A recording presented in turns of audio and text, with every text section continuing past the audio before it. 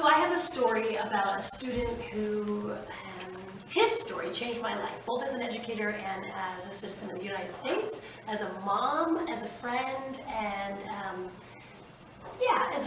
as part of the Voting Democratic Society. The reason is this one student, he was Mexican, he was 17 years old, and he came here with zero English. And right away, those people who were in Renaissance started loving him. We came together as a school family to help a student who's in need. We had teachers who were really willing to help. This is a student who worked super hard.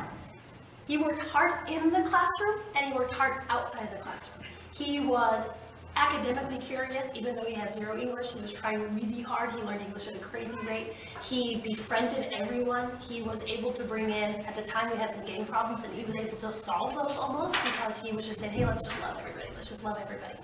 Outside the classroom, he also worked crazy amount of hours trying to provide for his aunt and uncle who he lived with, and eventually his dad came over from Mexico as well. In the public school system, we don't ask for any sort of paperwork to prove that where you were born or to prove your citizenship. So what we ended up finding out later is that he came over illegally, and so did his father eventually, but we didn't know that at the time. I had the student for about 4 to 5 months, and one day he just wasn't there, and the next day he just wasn't there, and the next day he just wasn't there, and I didn't know what happened. His family sent a message that he had been deported, and we didn't know anything about it or what happened. So I tried so hard to connect with him and couldn't get a hold of him, and the family didn't know anything that had happened. They picked him up off the side of the road just for walking, and that is a touchy subject with a lot of people. Because of my skin color, you're going to stop me. What was I doing wrong? Now, I wasn't there to witness it, and I am not hating on our government system at all. All I'm saying is, there's nothing guilty about walking on the street, right? So this is a 17-year-old child.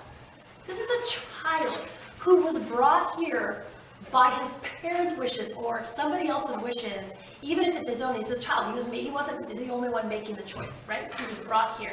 Yet he was punished for somebody else's choice and punished for somebody else's opinion. So our opinion in the United States that you must come over with a certain process. What I found out later is he had tried, and they wouldn't let him come over, so he just came. But again, he was brought here and then sent back on his own. What I found out was 5 to 6 days later, his dad was still here. He was sent back to no one. His mother's not alive, and they had no idea what he was going to do when he got there. This is a kid who was sent back with no help. So, fast forward a few weeks, he's back in my classroom. I'm like, what? You're here?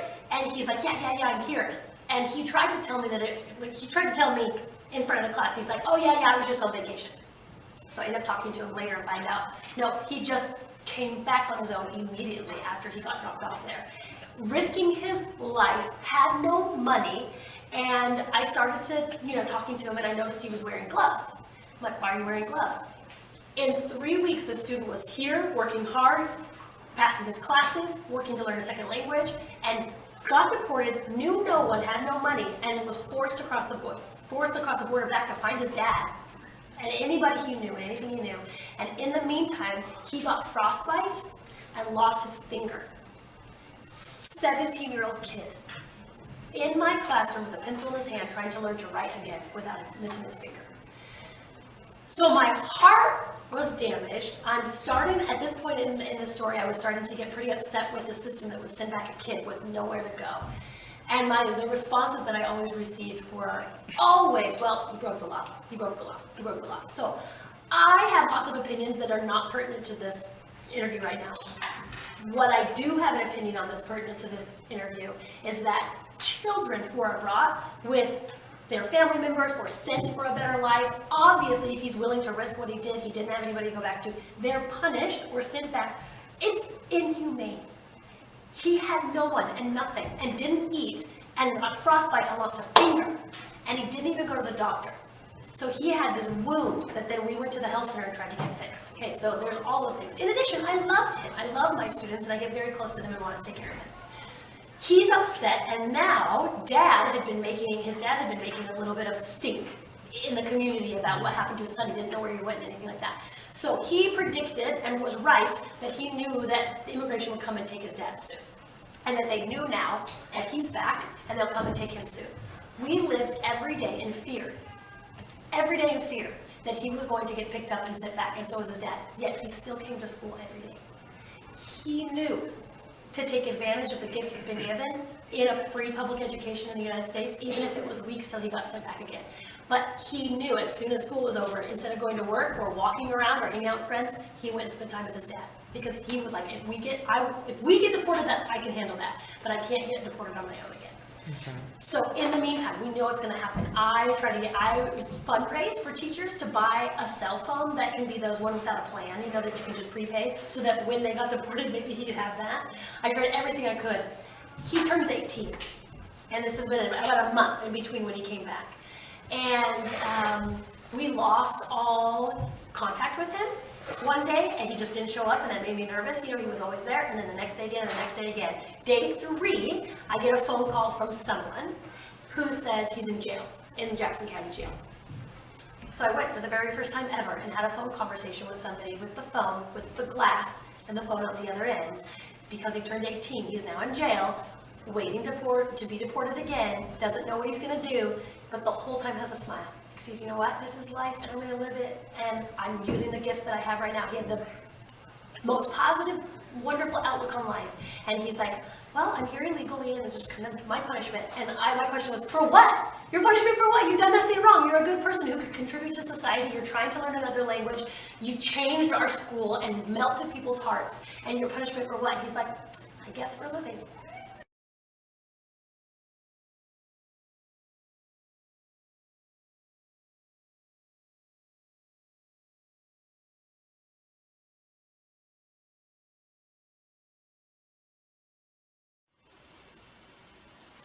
So my name is Jose Verblacava, and I have a story about my sister Estela, which she's currently in Mexico because she's still trying to get her papers, which she hasn't.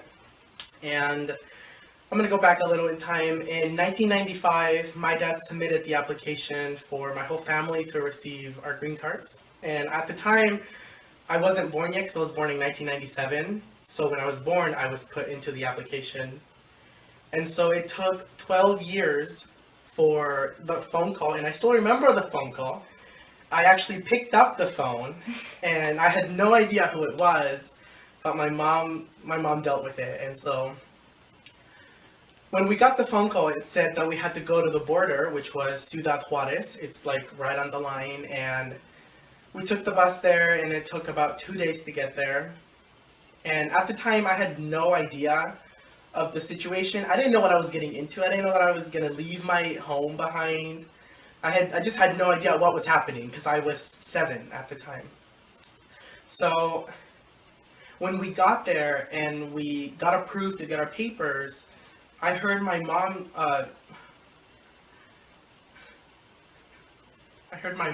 tell my sister that she wasn't going to be able to get her papers, but I still didn't know what that meant. I still didn't know that she wasn't going to be able to come with us. So when we got approved at the last place that we went, I asked my mom, did she get her papers? And my mom just said, no, she didn't. But like I said, I didn't know what that meant. So when we went back to Mexico, it took us 2 years to come to the United States, at least for me. And then that's when I learned that my sister Estela didn't receive her papers because she was over 21. So I was like, over 21, why does a number matter whether you get your green card or not? How does that doesn't even make sense. So I was 10 when I came to the United States legally with my mom and dad, and I stayed here for about 3 months, and then we went back because my sister Estela was getting married. So we went back in January of 2009, and she got married on January 9th. And then when she got married and then she left the house, all my other siblings, which are 3 of them, Sylvia, Augustine, and Louise, we were all coming back after my sister got married. So when we came back and I was 11 actually, I actually, I realized what was happening. I realized I'm leaving my sister behind. You know, we're leaving her behind, and why? Why did it have to happen? Why did we have to leave her behind? It shouldn't be like that. That's when I understood, and then when we got here, I asked my mom, are we ever gonna see her? Are we ever going back? That's what I asked. Because I still felt like Mexico was my home. And my mom just said, yeah, we'll visit. For me, it's been 8 years that I haven't seen my sister. 8 years. You know, we're on the phone sometimes, but it's not the same because it's electronically. I don't see her. I see her through FaceTime or Skype, but it's not the same because she's not here. And I really wish she was here. My mom goes to visit her sometimes, and every time she goes, she asks for one of us. She always says, when are they coming back? And we can go back, but it's expensive. It's really expensive for the whole family to go. And so I just feel like now that I understand the situation of her not being able to come because of a number, because she was 21, I don't know if those are the current laws right now, but it just doesn't make sense to me. Why does a number matter when you're trying to get your visa or your green card? I don't get it. And this situation, at least for me, I think it's been eye-opening because the whole United States immigration, it's not right because she's still trying, you know, to get her green card, and it's just not working for her. It's not working out. My dad is doing all he can to be able to get it, and we still haven't. I also don't want her to come to the United States illegally because we all know the consequences of being illegally in the United States. I don't want her to get deported. I don't want her to be marked. I don't want her to get dehumanized. I don't want her to get a number instead of her name. I don't want her to be in a detention center. I don't want to see that in her. I don't want her child to see that. It's just hard to live without someone you love and you can't see them.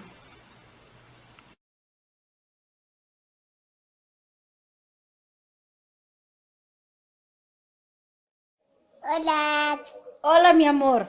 Te estamos a mande y mande fotos y videos para enfadarte un ratito. yo estoy caliente. Ahorita que estamos aquí en la casa, digo, vamos a mandarles un video para saludarlos y para cómo están todos, la chita, tú, mijo, mi perrito mestizo, mi perrito mm, moreno, te digo que se me va la onda, mi mamá, mi papá, salúdamelos muchos a todos, mijo. Muchos besos, muchos abrazos, muchos saludos y que se cuiden mucho y que estén bien. Nosotros estamos bien, aunque estemos solitos, pero estamos bien, con salud, echándole ganas. No hay de otra, mijo, más de que salir adelante. Los amo a todos, cuídense mucho y les mando este mensaje para que se acuerden de nosotros. Adiós.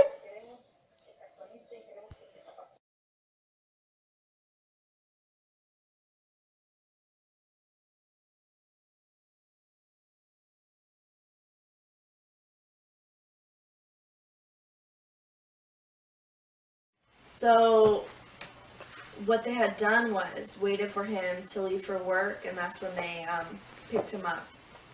They had waited down the street just a little ways, which I'm thankful for, because at least they didn't barge through the door, you know, or come up to the house and do it in front of our neighbors and make a whole scene of it. But it was almost as if they completely forgot he was a human being. They transported him back and forth, back and forth, back and forth, and we were trying so hard to figure out how we could slow the process down. Because at this point, we had found out that they were trying to get him out of the country as fast as they could. So they were illegally deporting him because each case has a due process, and they weren't going to give him that time that he needed to be able to try to get help for himself. So my mother was on the phone for hours trying to figure out if we could find a lawyer, and luckily we were one of the lucky people, and we found a good lawyer. But that was just the beginning of this uphill climb. I remember the first time I got to see my dad in the Northwest Detention Center in Tacoma, Washington. That experience changed my life. It was one of the most heartbreaking things I've ever seen. It was like prison. Literally like prison. I watched as families like crowded into a small hallway trying to talk to their loved ones, and I watched as a little girl, baby girl, tried to hug her dad through a glass window, and her mom telling her that it was okay. I also watched as a teenage guy, probably like 18, went and saw his best friend who had been in and out of there for 5 years, and he was only our age. So instead of him getting his life together, his high school diploma, he's trying to fight to stay in a country that keeps on forcing him out when all he wants to do is get a better life. And that was one of the hardest things. When I tried to wrap my brain around it, I just couldn't understand, and I couldn't understand how people could do this to other people. Another thing that really shocked me is that they really did try to like dehumanize them, you know, like they gave them a number instead of a name. They put them in jumpsuits instead of letting them have their normal clothes.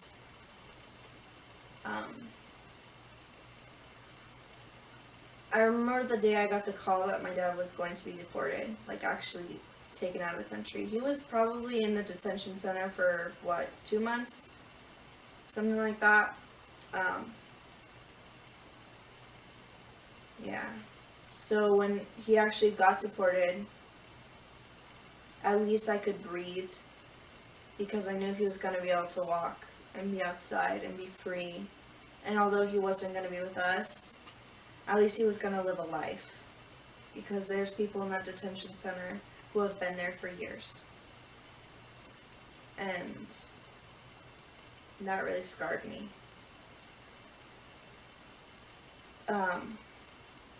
Fortunately, another thing that I'm really lucky for is that my mom is able to work so hard, and me, my brother, and my mom have jobs now. I have 2. I work for a salon, and I also clean an office on the side just to help out, you know, get my own clothes, buy my own gas. We get to go to Mexico. We've been twice, so we got to spend Christmas with him. But it's not the same, you know, my mom. I have to worry every single day about my mom and her happiness, about my dad and his happiness, about my little brother and his happiness. There's not 1 second that goes by that I don't think about my mom and my brother and my dad who are suffering, because my little brother is growing up right now without a father. And I mean, me and my mom are doing a good job of taking care of him, but you know, there's nothing like having your dad around. My mom lost her best friend. I mean, he's still alive. They still talk every single day, but you know, it's like almost like a tease. So, yeah, that's my story. All I can say is that after dealing with immigration and the deportation system for many, many years, is that it's really heartbreaking to me to see that people are still so uneducated on the topic and still don't understand that it's not just these people who are trying to steal your jobs, it's people that are working hard to make a better life for themselves. and then they can just have it all ripped away right from underneath them. Everything my parents have worked so hard for, they've literally had to almost sell all of it just to pay for the lawyer. So, yeah, that's my story.